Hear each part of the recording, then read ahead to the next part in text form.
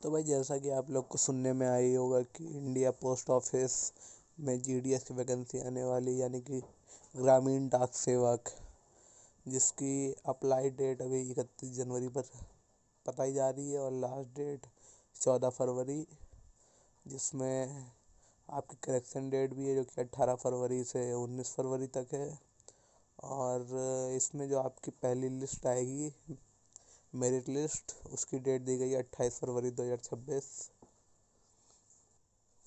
बात करें फीस की, तो अगर आप जिस जनरल में आते हैं तो आपकी 100 रुपये पड़ेगी, और अगर आप SC ST PWD female candidate में हैं तो फिर आपकी कोई भी फीस नहीं पड़ेगी, ये आपका फॉर्म फ्री होने वाला है। तो वही बात करें क्वालिफिकेशन की, अगर आप सिर्फ 10th पास आउट हैं किसी बोर्ड से, और अगर आपके पास मैथ और साइंस सब्जेक्ट होना कंपलसरी है, और आपको कंप्यूटर की थोड़ी बहुत नॉलेज होनी चाहिए और साइकिल चलाने आनी चाहिए, अगर आपके पास ये सब है तो आप ये फॉर्म फिल कर सकते हैं। बात करें पोस्ट की, तो टोटल 28,740 वैकेंसी निकल के आ रही हैं, जिसमें आपकी ग्रामीण डाक सेवक, ब्रांच पोस्ट मास्टर और असिस्टेंट ब्रांच पोस्ट मास्टर है। इसकी आपकी टोटल वैकेंसी 28,740 निकल के आ रही है। बात करें स्टेट वाइज वैकेंसी इसकी, तो आंध्र प्रदेश में 1,060, आसाम में 639, बिहार में 1347, ऐसे करके स्टेट वाइज वैकेंसी दी गई हैं। दिल्ली में 42, और गुजरात में 1830, हरियाणा में 270, उत्तर प्रदेश में 3100 प्लस पोस्ट, और उत्तराखंड में 445, ऐसे करके आपकी टोटल पोस्ट जो अभी निकल के आ रही है वो 28,740 है। बात करें इसके फॉर्म फिलिंग की, तो अगर आप 10th पास है और आपके पास मैथ और साइंस है तो आप ये फॉर्म फिल कर सकते हैं। इसमें कोई भी एग्ज़ाम नहीं होता है, बस आप 10th पास हैं और आपको थोड़ी बहुत कंप्यूटर की नॉलेज है, और अगर आप साइकिल आपको चलानी आती है तो आप ये फॉर्म भर सकते हैं। अब आजकल साइकिल किसको ही चलानी आती, सबको ही चलानी आती है। और कंप्यूटर में भी ऐसा कोई आपसे सर्टिफिकेट नहीं मांगा जाएगा, सिर्फ आपको थोड़ी बहुत नॉलेज होनी चाहिए कंप्यूटर की।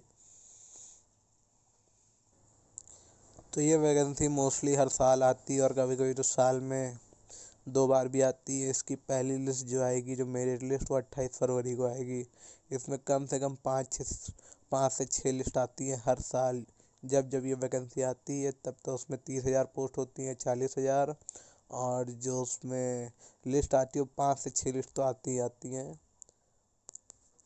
तो आपको ये तो सब नहीं बता दिया होगा कि GDS की वैकेंसी आ रही है और इतनी वैकेंसी आ रही हैं और सिर्फ 10th पास चाहिए, और ये फॉर्म सबको ये ये फॉर्म जाके सबको भरना चाहिए। लेकिन मैं आपको एक इस फॉर्म की रियलिटी बता दूं कि इसका कट ऑफ जो जाता है ना, वो आप सोच भी नहीं सकते ऐसा कट ऑफ जाता है। तो मैं आपको भी कट ऑफ दिखाता हूँ इसका स्टेट वाइज।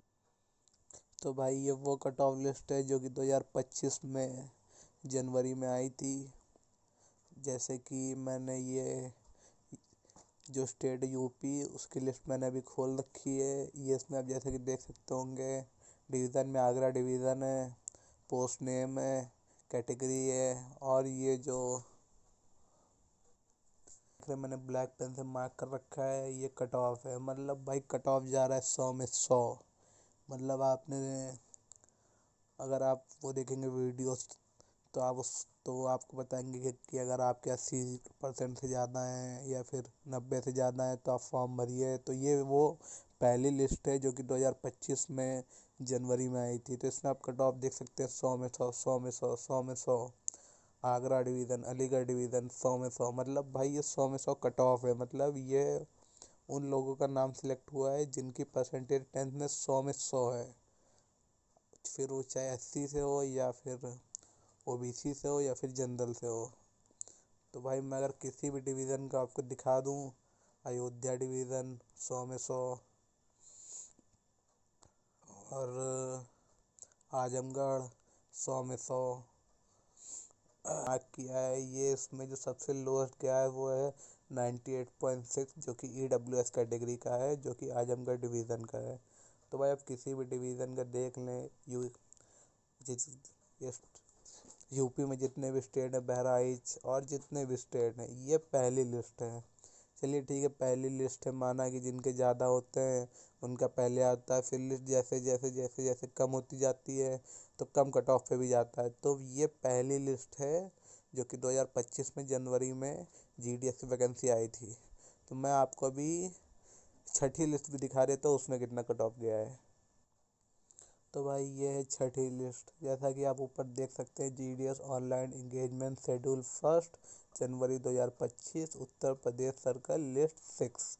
मतलब भाई ये छठी लिस्ट है, लास्ट लिस्ट। तो आप सोचिए लास्ट में आते आते भी जो आपका कट ऑफ है वो कहाँ गया है। मतलब सिर्फ कुछ ही हैं जहाँ पे 94.6 97, वो उनका गया है, जैसे कि जिसका 94.6 गया है सबसे पहला, सेकंड नंबर पे आगरा डिवीज़न में, वो PWD मतलब PWD कैटेगरी से था।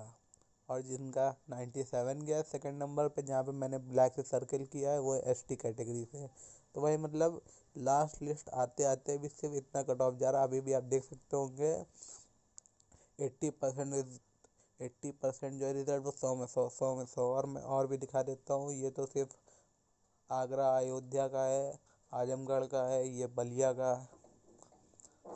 मतलब अगर आप लोएस्ट से लोएस्ट भी कट ऑफ देखेंगे तो आपको 90% यही दिखेगा कि 95 प्लस वालों का ही आया हुआ है। मतलब कोई भी आपको यहाँ पे 80 85 या फिर 89 वाला भी एक दो दिख जाएंगे, वरना कोई नहीं दिखेगा।